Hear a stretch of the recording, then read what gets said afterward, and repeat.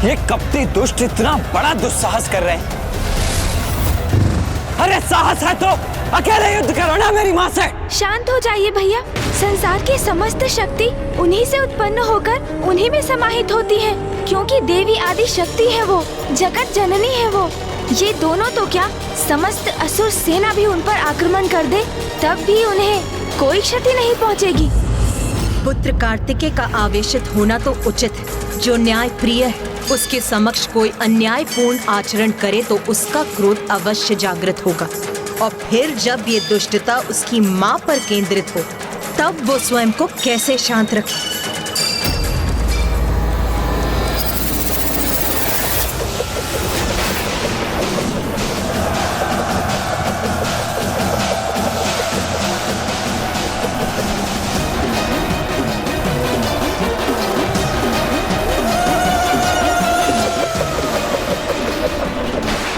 तुम्हारे प्रत्येक प्रहार का उत्तर है मेरे पास।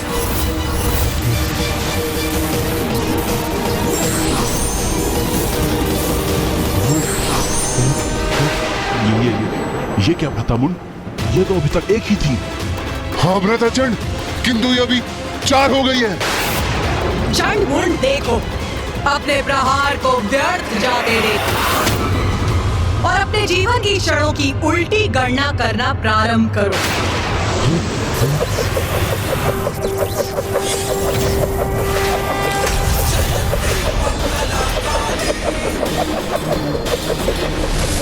हमारे मायावी चक्र रोक दिए, जो मृत्यु प्रदान किए बिना नष्ट ही नहीं हो सकते। उन्हें हमारी ही सेना पर लक्षित कर दिया इस देवी ने।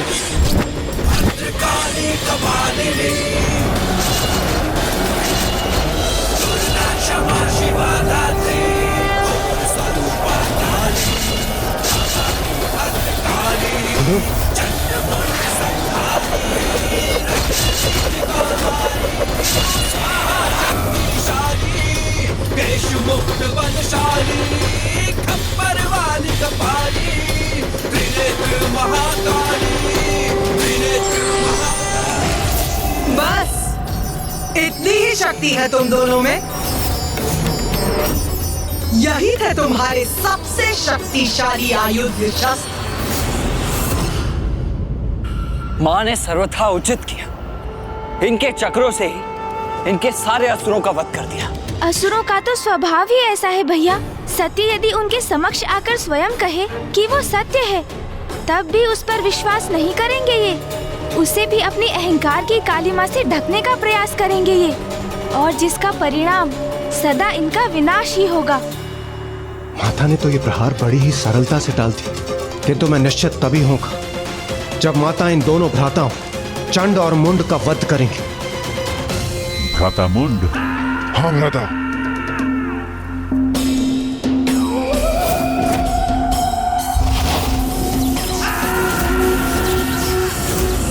मूर्खों, ये बालकों की क्रीड़ा करोगे मेरे साथ? बालकों की क्रीड़ा तो अब तक हो रही थी देवी। अब तुम चंडमुंड की प्रचंड विद्युत शक्ति का सामना करोगी।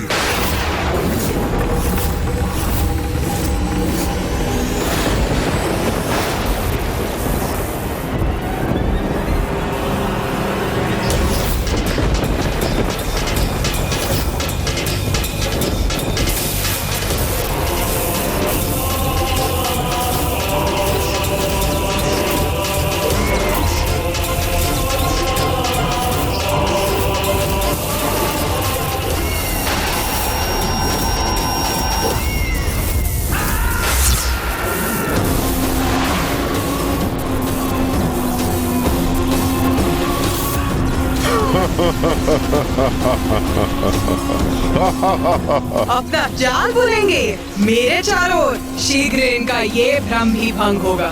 अभी हमारी वास्तविक शक्ति से परिचित कहाँ हो देवी?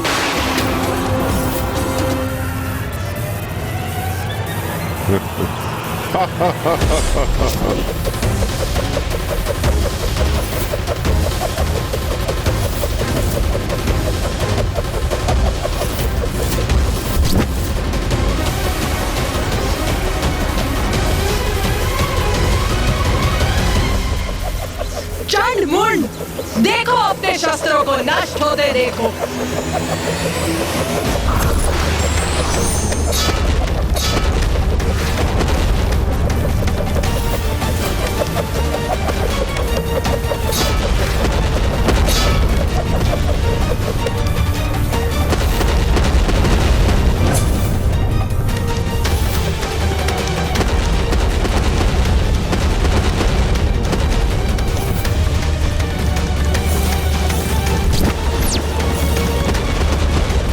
अपनी गति बढ़ाइए भ्राता मुंड।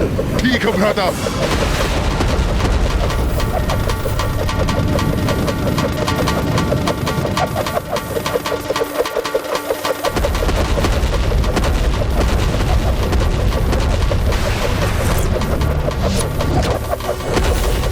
अपनी गति और बढ़ाओ भ्राता मुंड, थका दो इस देवी को। भ्राता चंड, उचित सुझाव है तुम्हारा।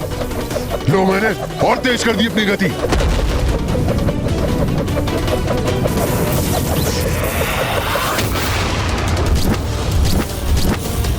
अब तो माँ काली को देखने में भी असमर्थ हूँ। चंड और मुंड बहुत तीव्र गति से उनके चारों ओर घूमकर उन पर खड़ग प्रहार कर रहे हैं, और वो भी उतनी ही तीव्र गति से उनके वो खड़ग नष्ट कर रही हैं। वो मूर्ख चंड और मुंड अभी भी कुछ नहीं समझ पा रहे हैं। वो क्या नहीं समझ पा रहे हैं भैया?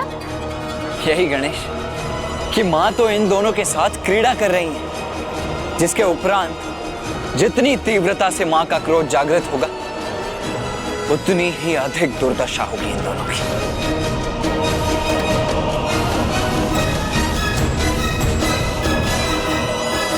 चंड मुंड, अब तुम्हारी कुछ ही सांस शेष, तुम्हारा अंत निश्चित हो। क्या हुआ देवी? हमारे प्रहार संभाल नहीं पा रही हो क्या? अरे वो संभालेगी भी कैसे भ्राता चंड? अकेली नारी इतने प्रचंड प्रहारों का सामना कैसे कर सकती है?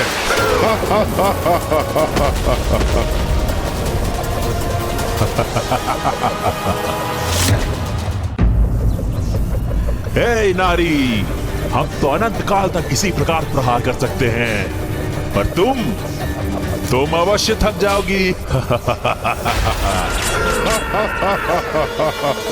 तुम्हारे कोमल कोमल हाथ उठने से मना कर देंगे, तब तुम अपना शीश झुकाने में विवश हो जाओगी। तुम पर अनेकों प्रहार कर तुम्हें छत विछत कर देंगे। हाँ, फिर हम अपना समस्त ध्यान उस देवी कौशिकी पर केंद्रित करेंगे। इतने अपमानजनक शब्द मेरे और देवी कौशिकी के प्रति, इन दोनों की दुष्टता चरम पर पहुंचकर मेरे क्रोध में वृद्धि कर रही। किंतु तुम चिंता मत करो, देवी कौशिकी के साथ हम ऐसा भयंकर व्यवहार नहीं करेंगे। हाँ, उस सुंदर देवी को खींचते हुए अवश्य ले जाएंगे, किंतु अत्यंत प्रेम के साथ। शुंभ के लिए नहीं, उसे अपने लिए लेके जाएंगे।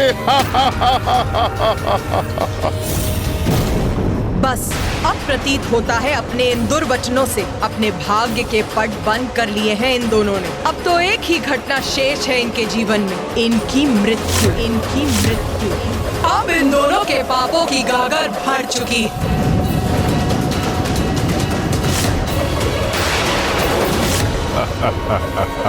क्या हुआ देवी, हाथ क्यों झुका लिए? क्या अपनी पराजय स्वीकार कर ली क्या? हमारा अंत करोगी, यही कहा था ना तुमने।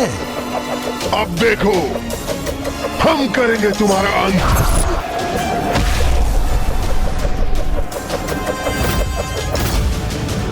अरे ये क्या हुआ? माँ काली कहाँ चली गई?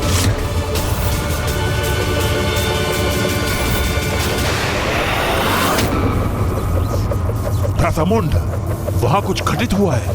हाँ भ्राता चंड, वो देवी अब दिखाई नहीं दे रही है। हमें थोड़ा ध्यान से देखना चाहिए। उचित है, लेकिन उसके लिए हमें अपनी गति धीमी करनी पड़ेगी।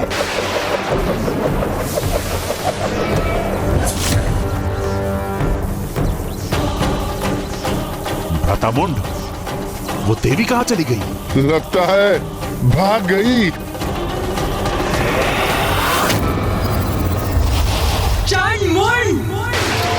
हाँ?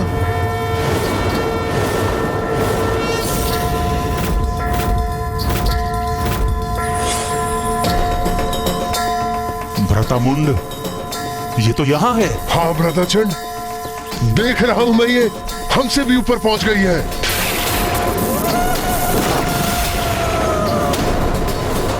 भागना तो अब तुम्हें चाहिए मूर्खों।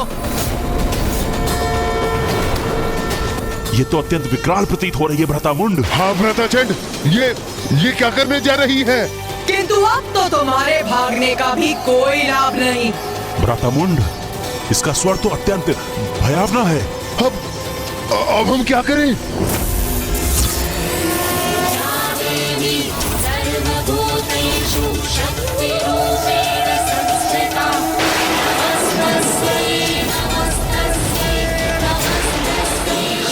मैंने कहा था ना, अंततः माँ इनकी बड़ी दुर्दशा करेंगी। अरे ये क्या कर रही हो तुम देवी? मुक्त करो मुझे। ये तो मुझे उठा क्यों रही हो?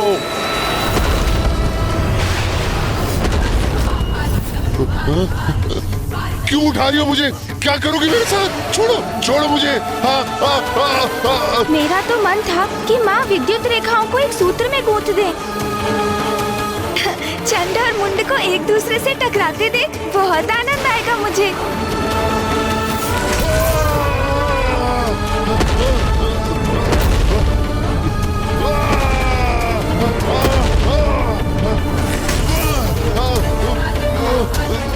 तुम्हें तीव्र गति से घूमकर वार करने में बहुत आनंद आ रहा था ना? तो लो, अब और गति देती हूँ तुम्हें। अब और तीव्रता से घूमो।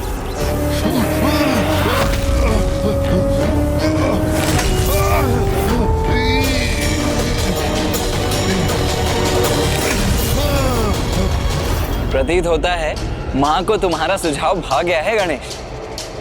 माँ ने दोनों रेखाओं को इस प्रकार एक साथ गूंथ दिया है जैसे प्रतीत होता है किसी के केशों की चोटी।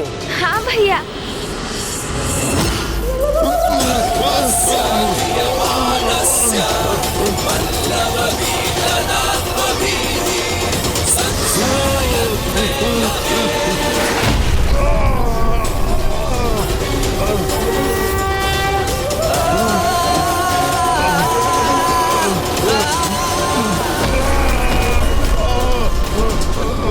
ये इस प्रकार विद्युत से कैसे प्रभावित हो रहे हैं? क्योंकि माता ने इन दोनों को एक साथ जोड़ दिया है, इसलिए चंड सीधे मुख है और मुंड उल्टे मुख। विपरीत विद्युत ऊर्जाओं के एक साथ आने से विद्युत ऊर्जा के प्रवाह में एक तरात्म स्थापित हो गया है और ये विद्युत भली भांति निरंतर प्रवाहित होती रहेगी और ये दोनों भी इसी प्रकार अपनी ही ऊर्जा से प्रभावित होते रहेंगे।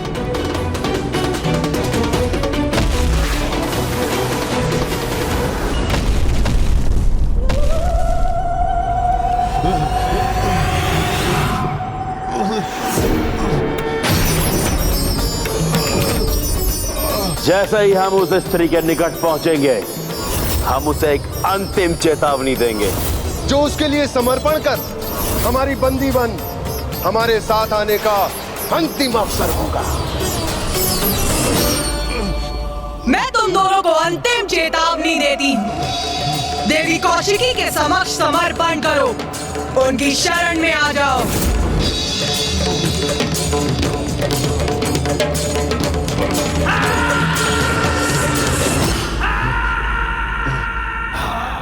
क्षमा मांगे, समर्पण करें, वो भी हम। वो भी एक नारी से? हमसे तो क्षमा अब तुम मांगोगी।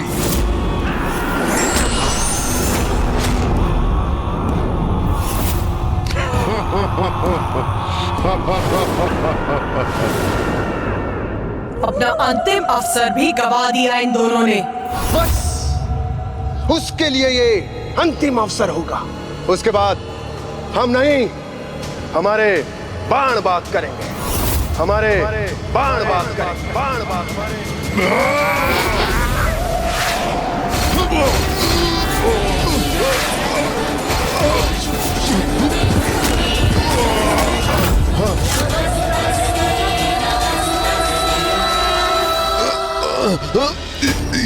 ये क्या कर दिया देवी? हमें अब अपने ही बाणों से भेद दिया। बहुत पीड़ा हो रही है। उस पर बाणों की ऐसी बौछार करेंगे कि वो उनसे आहत होकर लहूलुहान हो जाएगी। वो चीत्कार करेगी, हमारे बाणों के बंधन से मुक्त होने के लिए समस्त प्रयास करेगी।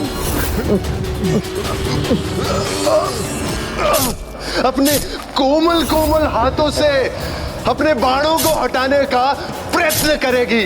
तब मैं और चंड उसे अपने विद्युत पाश फेंक कर बंदी बना लेंगे। अब अपने पाश से बंदी बनाऊंगी तुम्हें।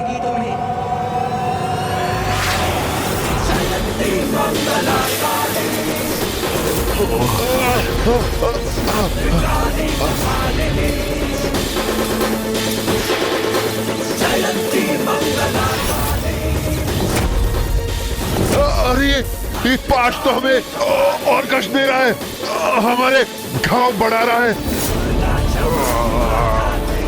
छोड़ दो हमें, और कोई भूल नहीं करेंगे हम। हमें जाने दो, हमें जाने दो।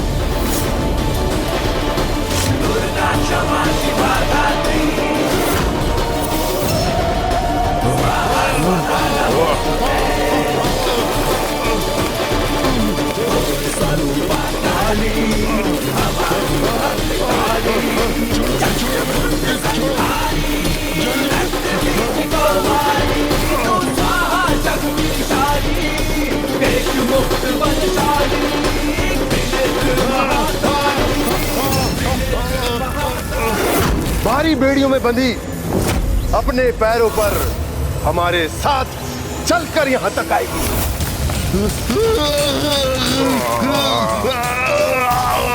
मैं उसके केश थाम लूंगा। वो हमारे आगे हाथ जोड़कर असहाय अवस्था में आकर रुदन करेगी।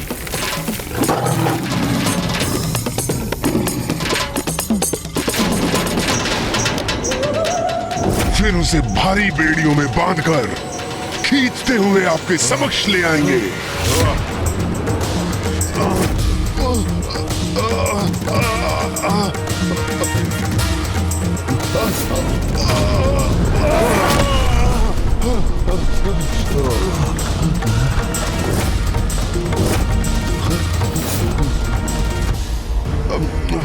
वो हमारे आगे हाथ जोड़कर असहाय अवस्था में आकर रुदन करेगी।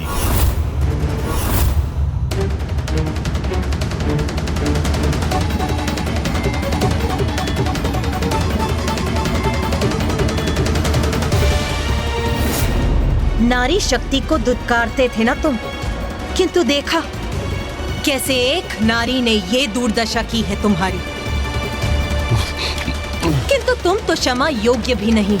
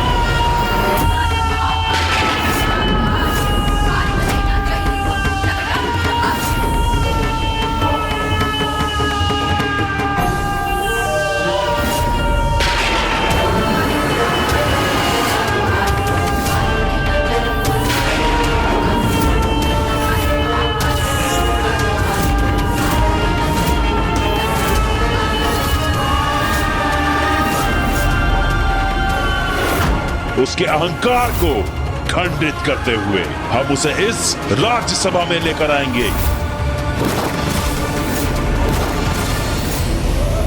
और असुर महानायक शुंभ के चरणों के आगे डाल देंगे। वो फिर अपने दया की भिक्षा मांगेगी। असुर महानायक शुंभ के चरणों में गिर के दया की भिक्षा मांगेगी। असुर महानायक शुंभ के चरणों में गिर के दया की भिक्षा मांगेगी।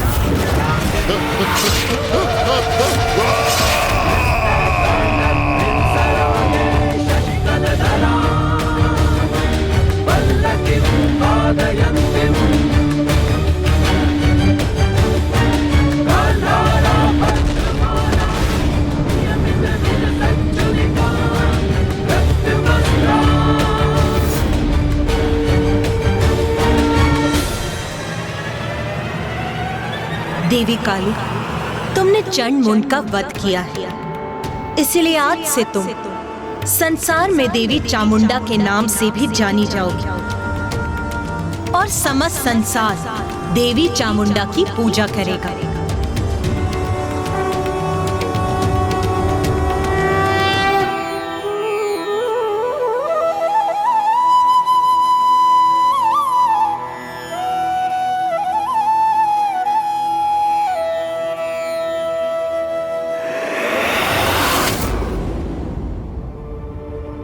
और लूलू, उसने उस असुर देवी ने उसका भी वध कर दिया। महेश पांडरक, उसका भी अंत उसी देवी ने किया। असुर महानायक,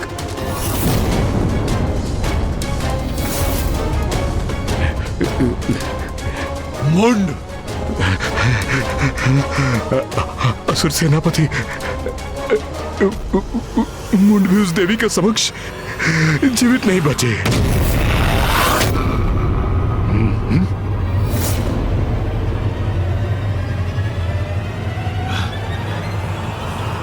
चंड,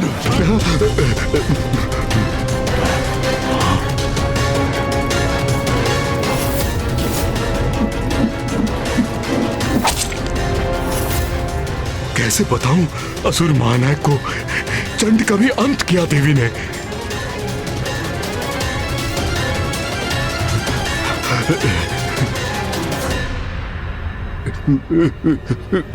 उस देवी ने,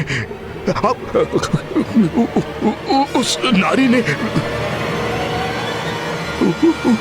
उसका भी, उसने चंड का भी वध कर दिया।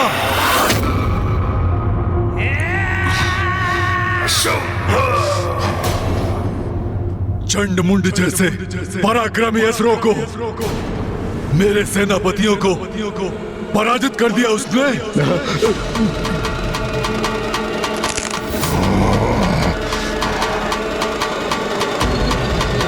महापराक्रमी असुर चंड मुंड और धूम्रलोचन तीनों को भी अपना सेनापति नियुक्त करता हूं।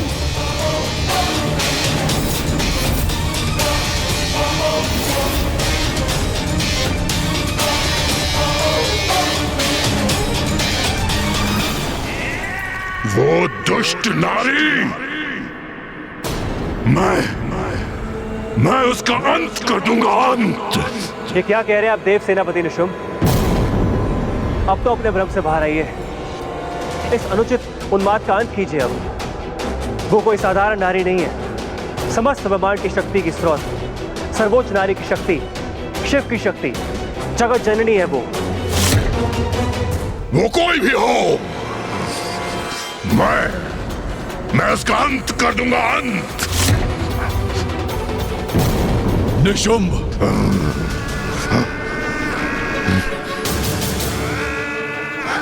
जी भैया। सेनापति रक्तबीज सर्वथा उचित कह रहे हैं। हमें इस सत्य को स्वीकार करना होगा।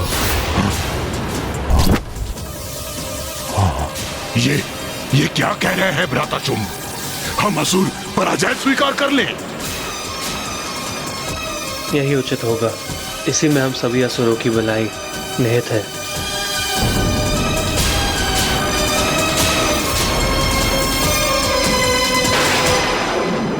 मां चामुंडा की जय, मां चामुंडा की जय, मां चामुंडा की जय।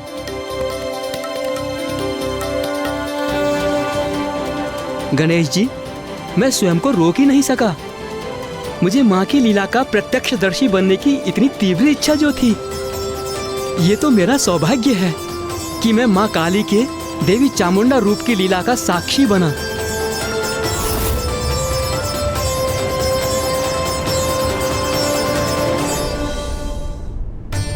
आपकी लीला तो दिव्य और अपरंपार है माँ। आपकी लीला ने ही हमें एक चमत्कारी युद्ध का प्रत्यक्षदर्शी बनाया और आपकी ही लीला के कारण माँ चामुंडा का नाम भी जगत के समक्ष आया। चंड और मुंड का वध करने के कारण आज से आप देवी चामुंडेश्वरी और मुंडेश्वरी नाम से भी संसार में पूजी जाएंगी। आपके मंदिर की स्थापना होगी, जहाँ आपके दर्शन मात्र से आपके भक्तों में शत्रुओं पर विजय प्राप्त करने की शक्ति प्राप्त होगी। प्रणाम माता। मैं अचंभित हूँ कि एक नारी से भयभीत होकर हम पराजय स्वीकार कर लें।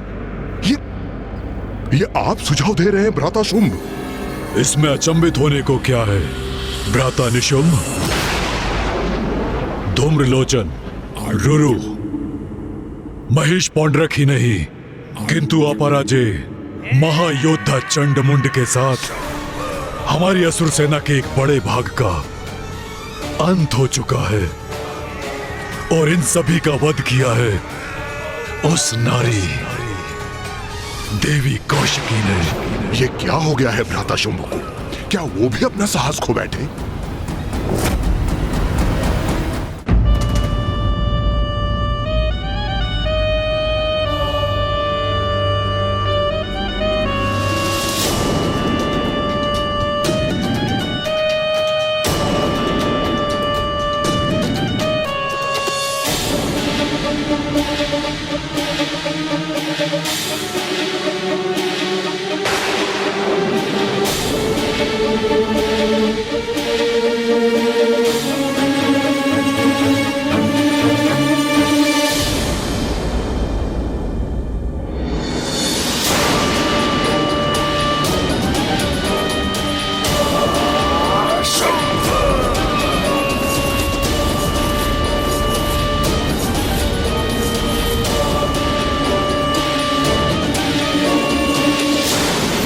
सत्य है ना, उस देवी ने हमारे प्रचंड असुर योद्धाओं का वध कर दिया, फिर भी तुम्हारा क्रोध जागृत नहीं हुआ?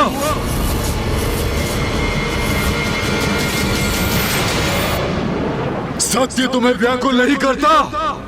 तुम्हारे हृदय का रक्त क्रोध से नहीं उबलता? बोलो रक्त बीज बोलो। हमारे असुर भ्राता हमारे लिए, हमारे असुर समुदाय के उत्थान के लिए युद्ध करने गए थे। उन पराक्रमी असुर योद्धाओं का निर्मम वध किया उस नारी ने, और तब भी तुम्हारा रक्त प्रतिशोध के लिए गतिशील नहीं होता। आप सत्य को कब स्वीकार करेंगे असुर महानायक शुंभ?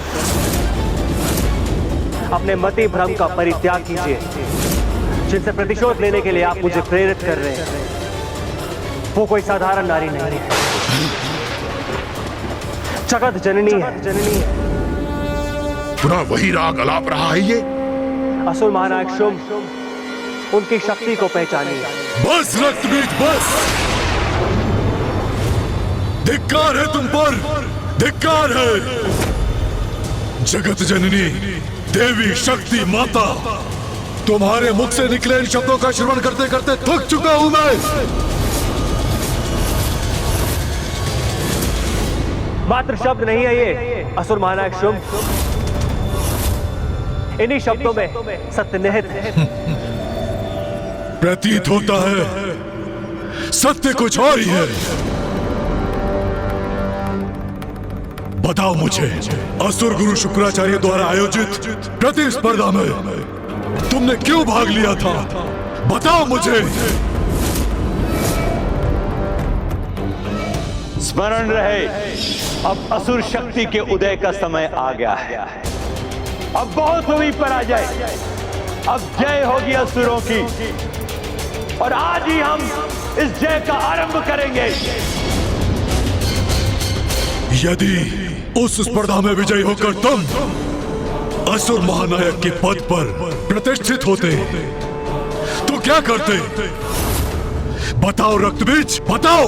क्या करते ये तो स्पष्ट है। असुर समुदाय के मान को दांव पर लगा देता ये, और इसके अधीन सभी असुर योद्धा उस नारी के भय से अपने अस्त्र को छोड़कर कंगन धारण कर कहीं छिपे बैठे होते। अपना स्वर नीचे रखो रक्तबीज, नीचे। मेरे भ्राता के शब्द चुप गए तुम्हें, तो आज सत्य कह ही दो। बताओ मुझे, तुम्हारी निष्ठा हम असुरों के प्रति है या उस नारी के प्रति? असुर महाराज शुभ, मुझ पर आक्षेप लगाने के पूर्व तनिक समझने का प्रयास कीजिए। ईश्वर से युद्ध कर हम कभी विजय नहीं हो सकते।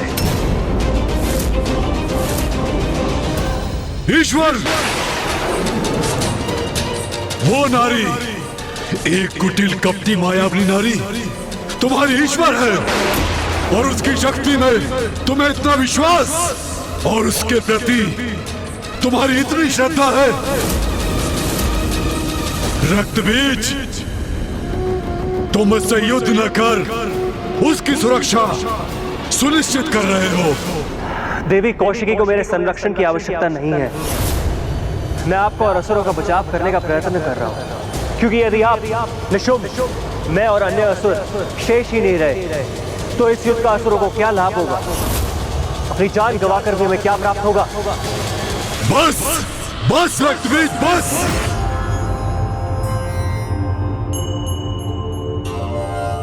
ओम जयंती मंगला काली भद्रकाली कपालिनी दुर्गा क्षमा शिवा धात्री स्वाहा स्वधा नमोस्तुते।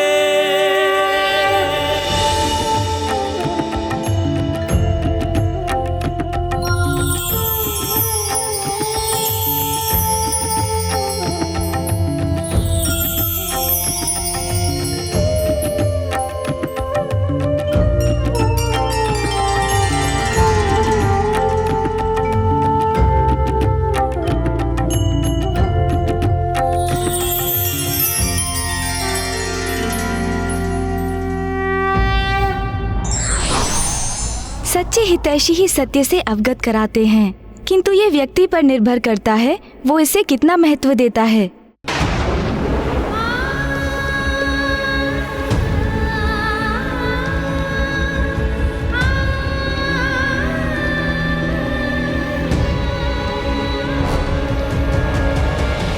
इंद्रदेव, सूर्यदेव, वायुदेव, अग्निदेव, वरुण देव, आप सभी की पत्नियां सुरक्षित हैं, क्योंकि मेरा कवच उन्हें किसी भी अहित से सुरक्षित रखेगा।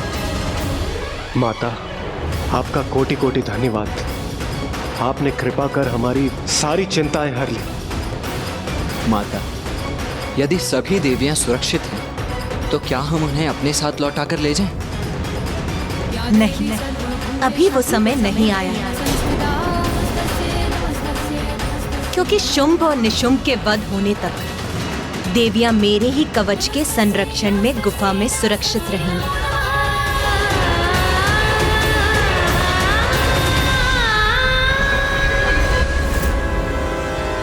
देवी कौशिकी को मेरे संरक्षण की आवश्यकता नहीं है। मैं आपका और असुरों के बचाव का प्रयत्न कर रहा हूं। बस बस, जाओ यहां से, चले जाओ यहां से रक्तबीज। इन्हें समझाने के मेरे सभी प्रयत्न विफल हो गए हैं। अब मेरा यहाँ से निकलने का समय आ गया है। जिस दिवस मैं असुर महानायक के पद पर स्थापित हुआ था, मैंने समस्त असुर समुदाय को साक्षी मानकर एक प्रण लिया था कि असुर शक्ति को आधार बनाकर संपूर्ण त्रिलोक में अपने असुरों की प्रभु सत्ता स्थापित करूंगा। किंतु तब मुझे यह कहा गया था कि मेरा ही एक अत्यंत शक्तिशाली और महत्वपूर्ण सेनापति मेरी सबसे बड़ी दुर्बलता का रूप लेगा। यहाँ और रुककर मैं अपने असुर समुदाय के प्रति अपनी निष्ठा प्रमाणित नहीं कर सकता।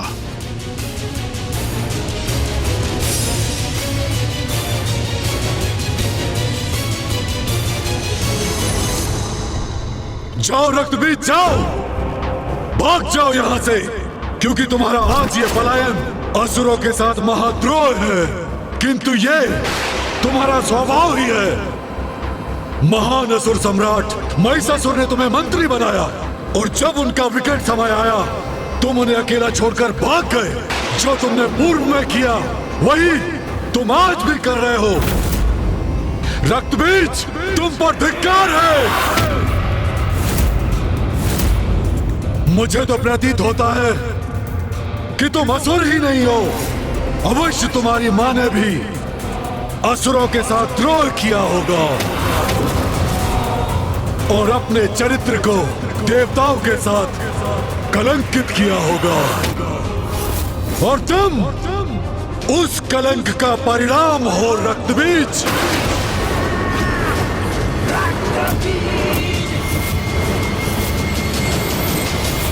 उचित कहा भ्राता आपने, तभी तो बार बार देवियों का साथ देकर अपने आप को कलंकित करता है ये। सुना तुमने जो मेरे भ्राता ने कहा, वो कल सभी असुरों की जीवा पर होगा और सभी असुर यही कहेंगे कि तुम्हारी मां के ही कारण तुम्हारी निष्ठा देवताओं के प्रति है। कभी देवी कात्यायनी तो कभी देवी कौशिकी। इन देवियों के लिए अपने ही नायकों का परित्याग कर तुम भाग जाते हो। बस बस, इतना दुस्साहस कैसे कर लिया तुमने?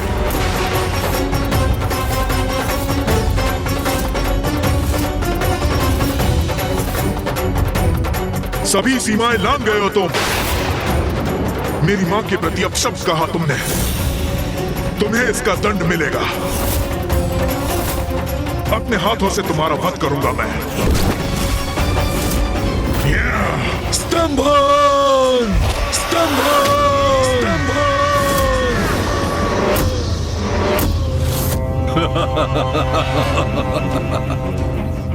एक साधारण नारी से युद्ध करने में तुम्हारे प्राण सूख रहे हैं और मुझ जैसे असुर महानायक शुंभ से युद्ध करने के लिए तुम तत्पर हो। यह कैसा परिहास है? इस बंधन से मुक्त होता तो अभी अपनी शक्ति का परिचय देता तुम्हें। तुम्हारी मां को लेकर कुछ कह दिया तो तुम इतने क्रोधित हो गए, किंतु तुम्हारे इतने असुर योद्धाओं का वध हो गया और तुम पर कोई प्रभाव नहीं पड़ा।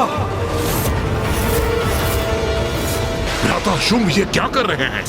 यदि रक्त बीज के तन से उसके रक्त की एक भी बूंद धरती पर गिरी तो वो उसके लिए एक बड़ी सेना उत्पन्न कर देगी, और यदि ऐसा हुआ तो ज्ञात नहीं वो सेना हमारी कैसी दुर्दशा करेगी। नहीं, भैया को उसे स्तंभन से मुक्त करना ही होगा।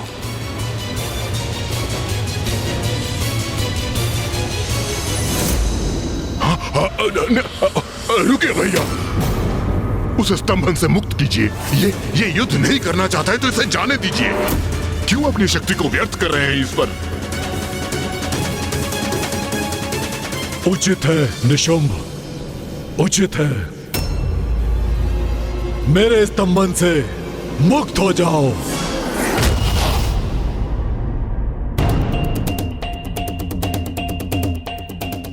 आपके रोकने के पूर्व मैं देवी कौशिकी से युद्ध करने जा रहा था, जिससे भविष्य में कोई भी मेरी मां के नाम को कलंकित करने का दुस्साहस न करे। एक निष्ठावान मंत्री होने के नाते मैंने महाराज महिषासुर को चेतावनी दी थी, और आज फिर आपको भी चेतावनी दे चुका हूं, जिसे समझने के लिए तैयार नहीं है आप। जो दुर्दशा धूम्रलोचन और चंडमुंड की हुई है, आज वही मेरी भी होगी, और उसका समस्त दोष आपका होगा।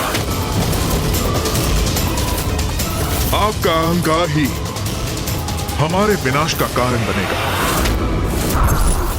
मैं अपने महानायक के प्रति अपने उत्तरदायित्व से भली भांति परिचित हूं, इसलिए मैं देवी कौशिकी से युद्ध करूंगा।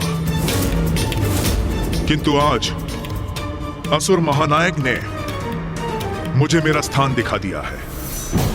मेरी मां का अपमान कर बता दिया है मुझे कि उनकी दृष्टि में मेरा स्थान कितना निम्न है।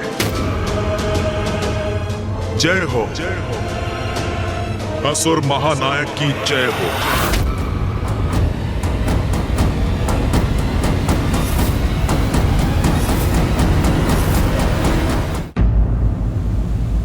देवगण, आप सभी के यहाँ से प्रस्थान का समय आ गया।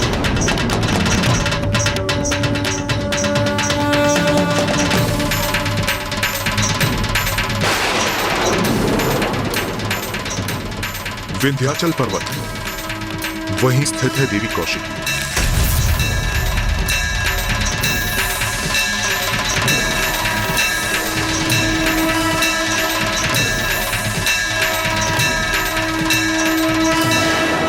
माँ, हमें यहाँ से दूर मत भेजिए। ये सब जो घटित हो रहा है और जो होने वाला है, ये सभी तो आपकी ही लीला है माँ। हमें भी यहाँ रहकर आपकी उसी लीला का प्रत्यक्षदर्शी बनने की अनुमति दीजिए माँ।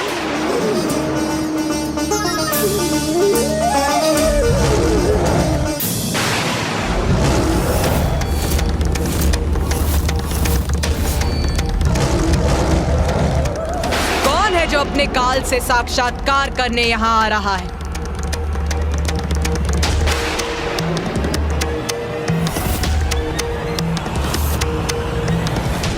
रक्त बीज, रक्त बीज।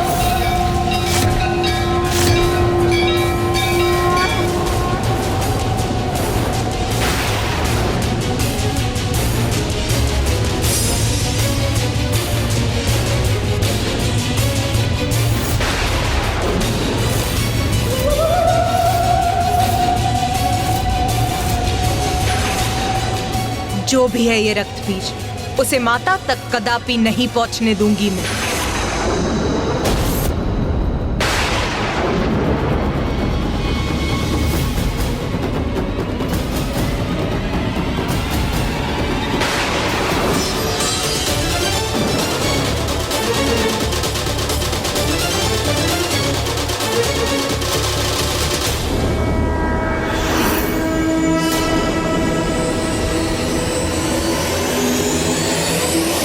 जगत जननी,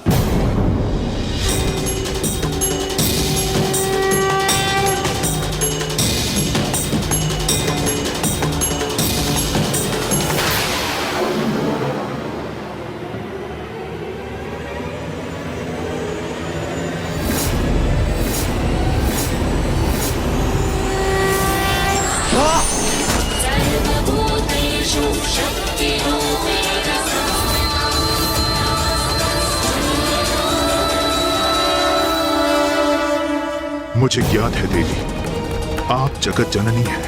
पूर्व में आप देवी कात्यायनी का रूप धारण कर प्रकट हुई थी और आप देवी कौशिकी के रूप में मेरे समक्ष हैं। रक्त बीज, मुझे ज्ञात है अपने भीतर उमड़े अंतर्द्वंद के किस बवंडर से जूझ रहे हो तुम।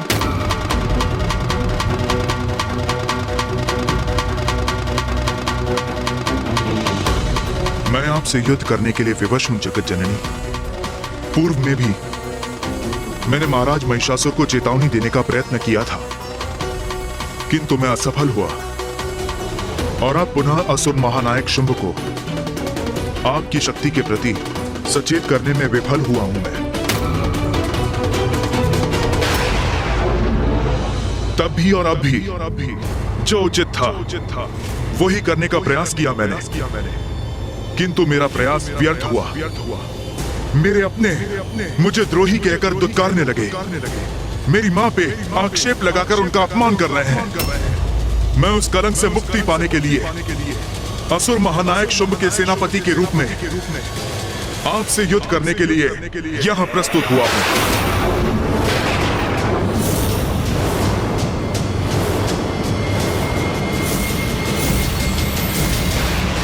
आप अपना दायित्व निभा रही हैं जगत जननी, और मैं भी अपना दायित्व निभाने यहां आया हूं। ज्ञात है मुझे अंततः आपके हाथों मृत्यु होगी मेरी,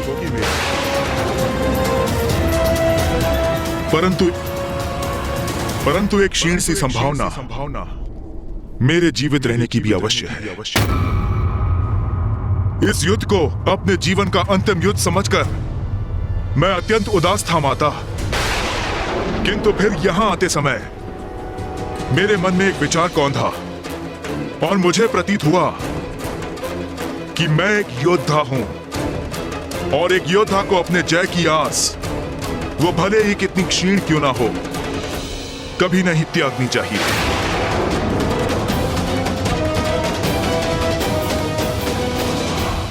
और ये उचित भी है। आप जगत जननी हैं, देवी शक्ति हैं, तो मैं बुराई का साथ देने पर भी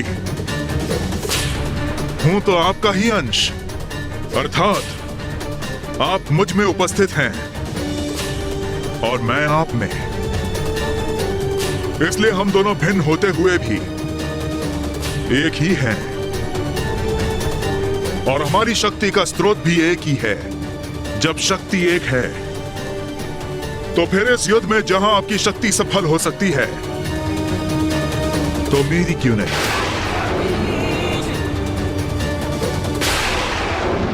रक्तबीज, तुम्हारा जो कर्तव्य है तुम उसका पालन करो। यदि इस युद्ध में शेष रहा तो अपनी मां का प्रतिशोध अवश्य लूंगा शुंभ से। उसे मृत्यु दंड देकर आपकी इच्छा पूर्ण करूंगा मैं।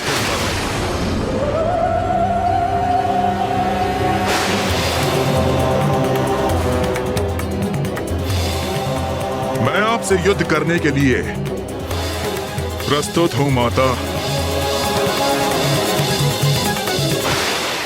आज्ञा दीजिए देवी कौशिकी, वो आपसे युद्ध करने आया है, किंतु उसके पूर्व उसे मुझे पार कर आगे बढ़ना होगा।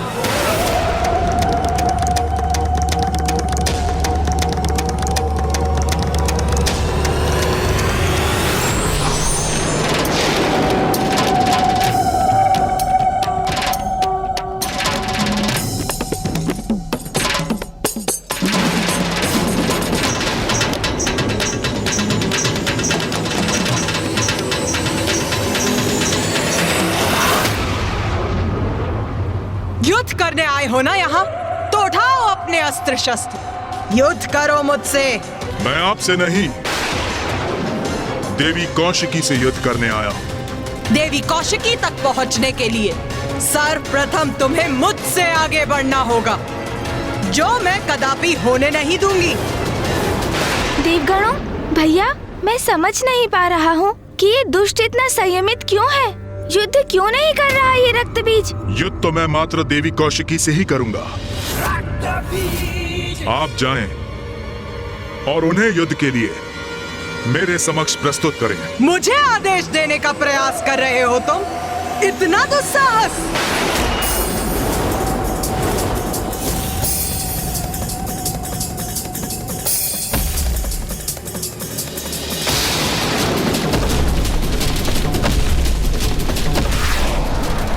आइए देवी, युद्ध कीजिए मुझसे, यही तो मैं भी चाहता हूं।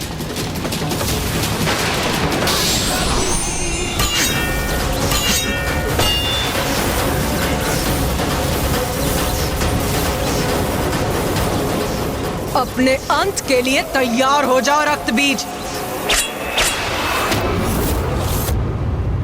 इतना सरल नहीं है मेरा अंत।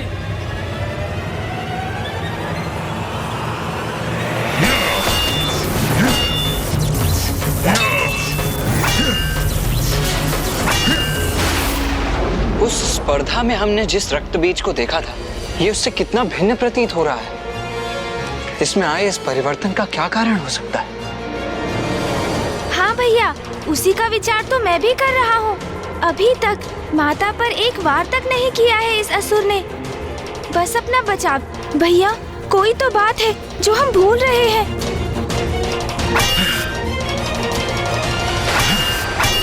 प्रथम पूज्य गणेश जी, रक्तबीज को ये भली भांति ज्ञात है कि वो माता का सामना कदापि नहीं कर सकता, इसलिए वो केवल युद्ध करने का स्वांग कर रहा है, जिससे कि वो शुंभ को संतुष्ट कर सके। नहीं देवराजेंद्र, असुर युद्ध भूमि में आकर अपने क्रोध के वश में अक्षम हो जाते हैं, इसलिए उसकी आसुरी प्रवृत्ति उसे संपूर्ण सामर्थ्य से युद्ध करने पर विवश कर देती है।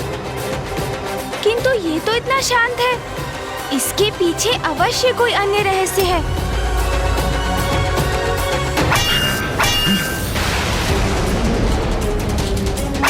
वार करो मुझ पर।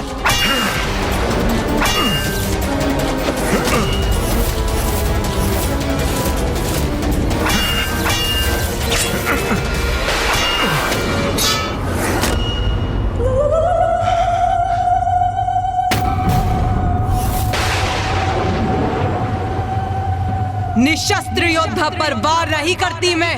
रक्त बीज, उठाओ अपना शस्त्र।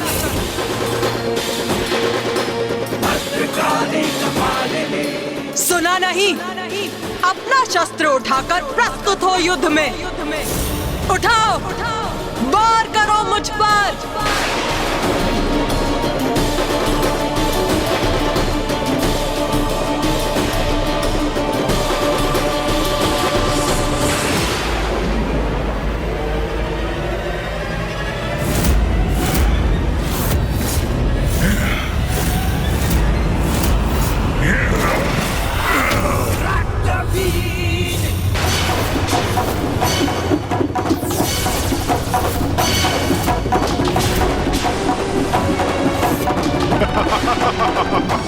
ये क्या किया इस दुष्ट ने?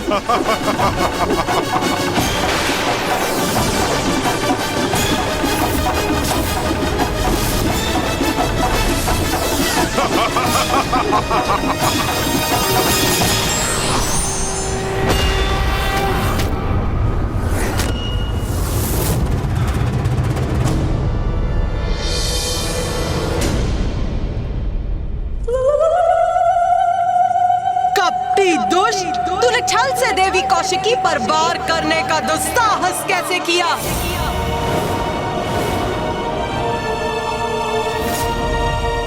अब तेरा अंत करूंगी मैं।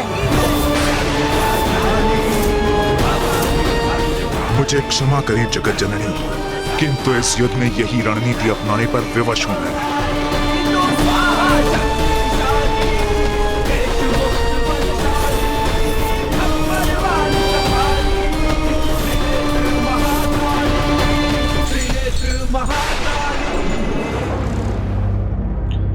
क्या हुआ भ्राता निशुंभ, इतने अधीर क्यों हो?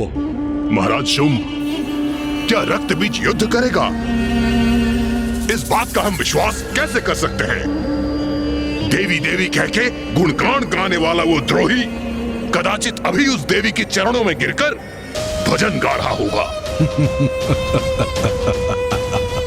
ऐसा कुछ नहीं होगा भ्राता निशुंभ, ऐसा कुछ नहीं होगा। ऐसा नहीं होगा ये आप किस विश्वास पे कह रहे हैं? क्योंकि रक्त बीज के स्वभाव से भली भांति परिचित हूं। वो हमारे समान निर्लज्ज नहीं है। उसकी मां का अपमान कर हमने उसकी भावनाओं को ठेस पहुंचाई है, और वो मूर्ख अपनी मां के सम्मान के लिए अवश्य युद्ध करेगा, अवश्य करेगा। कहीं वो धूम्रलोचन, रूरू, महेश पौंड्रक और चंडमुंड के समान उसकी मृत्यु हो गई तो? कैसे होगी उसकी मृत्यु, जिसके रक्त के प्रत्येक बूंद से एक और रक्त बीज उत्पन्न होगा। उसका रक्त बहा तो सहस्त्रों रक्त बीज उत्पन्न हो जाएंगे उसके साथ युद्ध करने के लिए। इसलिए उसका अंत असंभव है। रक्त बीज पर प्रहार ही उसे और शक्ति प्रदान करेगा, उसे असुरों के शत्रुओं का अंत करने में सक्षम बनाएगा। समझे भ्राता निशुंभ? कुछ ही समय में रक्त बीज लौटकर अपने विजय की गाथा सुनाएगा।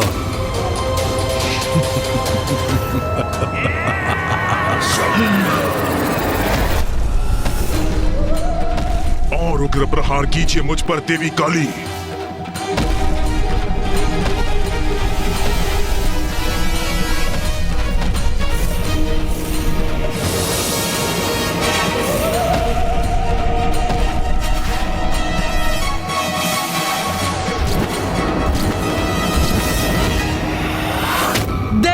आशिकी पर छल युक्त प्रहार करने का उचित दंड प्राप्त होगा तुझे रक्तबीज। रक्तबीज? भैया, ये तो सर्वनाश होने जा रहा है। गणेश, क्या हुआ? तुम इस प्रकार इस असुर का नाम क्यों ले रहे हो? भैया, ये रक्तबीज तो वही असुर है जिसके रक्त से अनेकों असुर प्रकट होते हैं।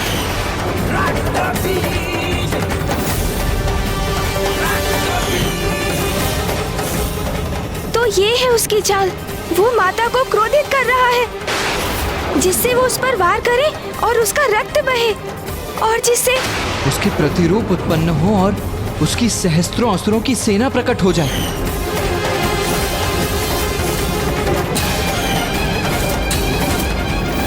नहीं माता, रुक जाइए, इस पर प्रहार मत कीजिए।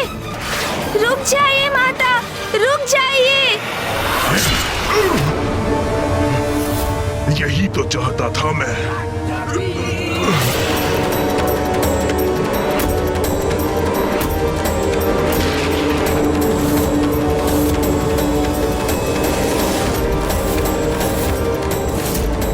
देवी काली, ये कैसा अनर्थ हो गया आपसे?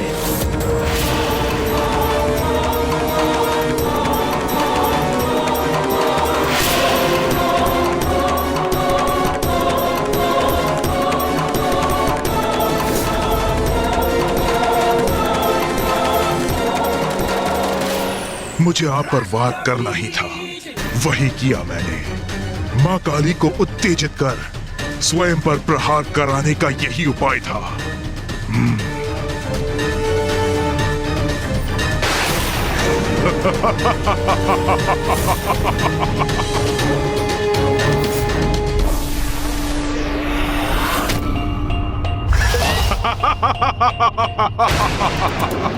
ये है रक्तबीज की शक्ति माता। ये कैसा आभास हो रहा है मुझे?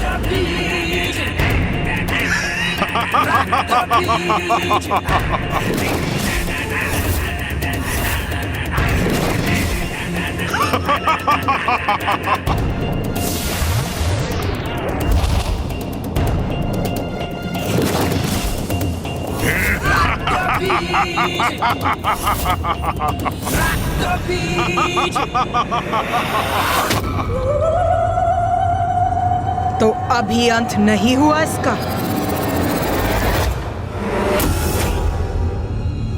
माँ को घेर लिया है रक्तबीज के उन प्रतिरूपों ने। अब माँ इन सहस्त्रों असुरों का अंत कैसे करेंगी?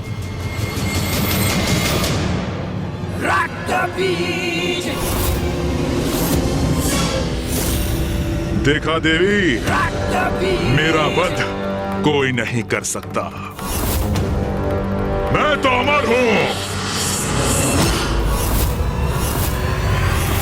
त्रिदेव त्रिदेवियों एवं उनके अंश के सिवाय कोई अमर नहीं है रक्तबीज। किंतु तुम असुरों को ये सत्य समझ में क्यों नहीं आता? तुम्हारी भ्रांति कभी मिटती क्यों नहीं? मेरे सैनिकों, आक्रमण करो, अंत कर दो इस देवी का। अंत करेंगे इन देवी का। प्रहार करो इन पर।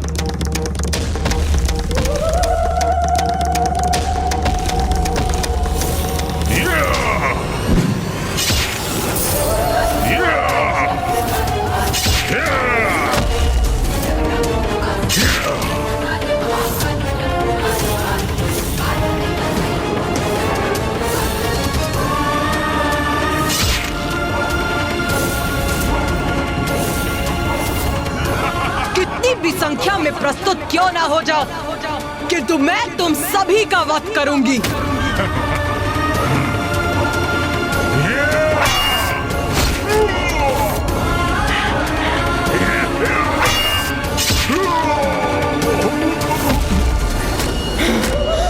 हो गया रक्तबीज, या थोड़ा और रक्त बहाऊं मैं तुम्हारा, जिससे तुम कुछ और असुर उत्पन्न कर सको? उसकी कोई आवश्यकता नहीं पड़ेगी महाकाली, क्योंकि आप तो मेरी सेना के निरंतर उत्पन्न होने का उपाय कर चुकी हैं।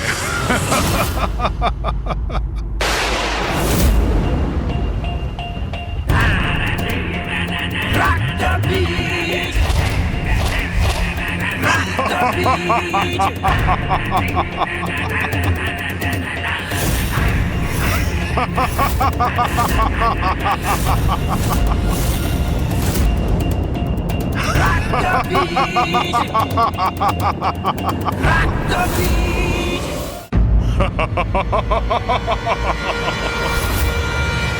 असुर तो निरंतर उत्पन्न होते रहेंगे, इनका तो कभी अंत ही नहीं होगा। हाँ गणेश, तुम उचित कह रहे हो गणेश।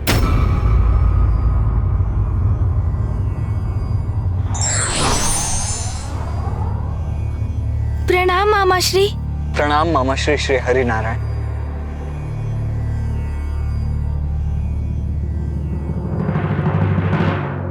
रक्त बीज और उसके असुरों का जितना रक्त बहेगा, उनके रक्त से उतने ही असुर उत्पन्न होंगे। किंतु मामाश्री, इन असुरों की उत्पत्ति और मरण के इस चक्र का अंत करने का कोई तो उपाय होगा।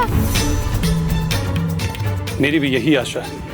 मात्र आशा से नहीं, कर्म से कुछ होगा मामाश्री, क्योंकि कर्म किए बिना मात्र आस लगाए रहना ये तो दुर्बल करते हैं। मैं इस प्रकार हाथ पर हाथ धरे निष्क्रिय होकर माँ को एक ऐसा युद्ध करते नहीं देख सकता जिसमें माँ का प्रत्येक प्रहार एक और बड़ा संकट उत्पन्न कर रहा है।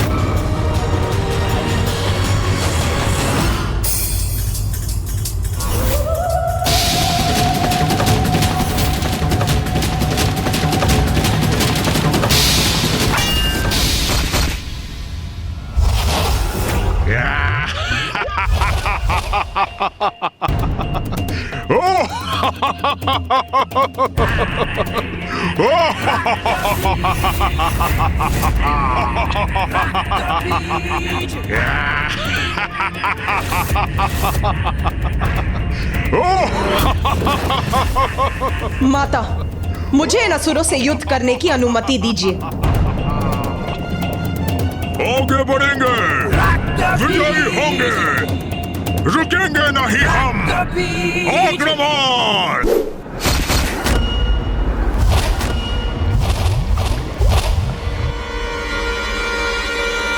भैया, भैया, इस प्रकार आपको ऊंचे स्वर में रोकने का आशय नहीं था मेरा, किंतु मैं सशंकित हो गया भैया। सशंकित हो गए तुम? क्यों गणेश? कि कहीं आप माँ और इस असुर के मध्य युद्ध में हस्तक्षेप ना कर बैठे। किंतु यही तो उचित कर्म है ना गणेश। यदि माँ के स्थान पर कोई और स्त्री भी होती तो धर्मपरायण योद्धा का धर्म तो उनकी सहायता करना ही होता ना। किंतु भैया, वो कोई साधारण स्त्री कहाँ है? ये तो माँ के प्रति आपका स्नेह है, जिसके कारण आप उनकी क्षमता को अनदेखा कर रहे हैं। मैं अनदेखा कर रहा हूँ? क्या अनदेखा कर रहा हूँ मैं गणेश? यही भैया कि आप भी उनके एक भाग ही हैं। वो तो स्वयं संपूर्ण है, तो एक भाग संपूर्णता का सहायक कैसे हो सकता है?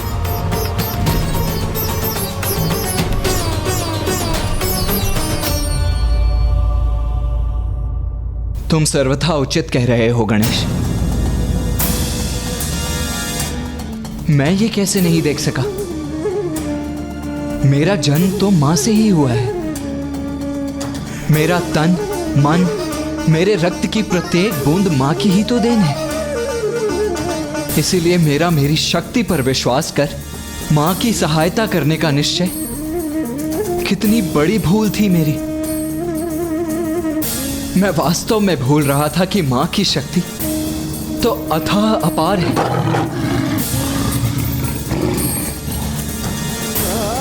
जैसे सागर का जल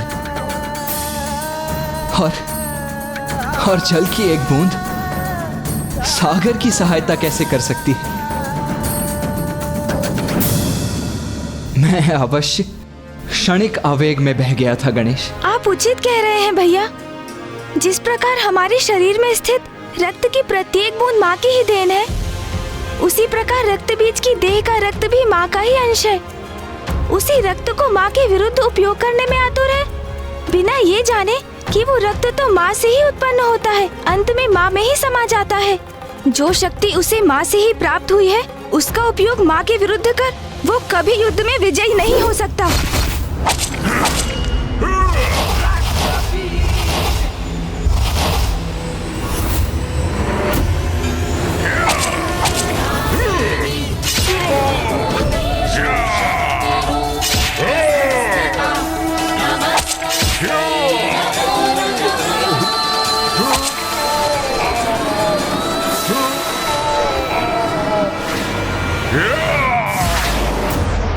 अब ये कैसी ध्वनि है?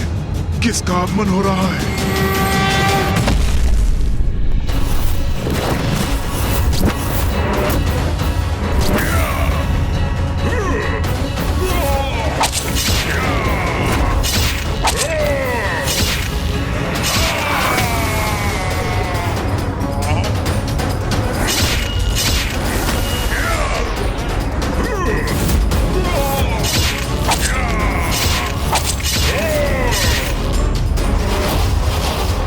यही तो विशेषता है मेरी। मेरे ऊपर आघात मेरा अंत नहीं करते, मुझे और बलवान बनाते हैं।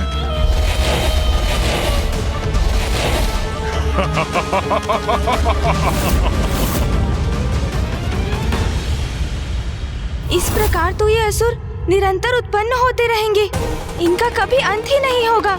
गणेश जी, आप उचित कह रहे हैं। इस प्रकार तो ये युद्ध अनंत काल तक ऐसे ही चलता रहे।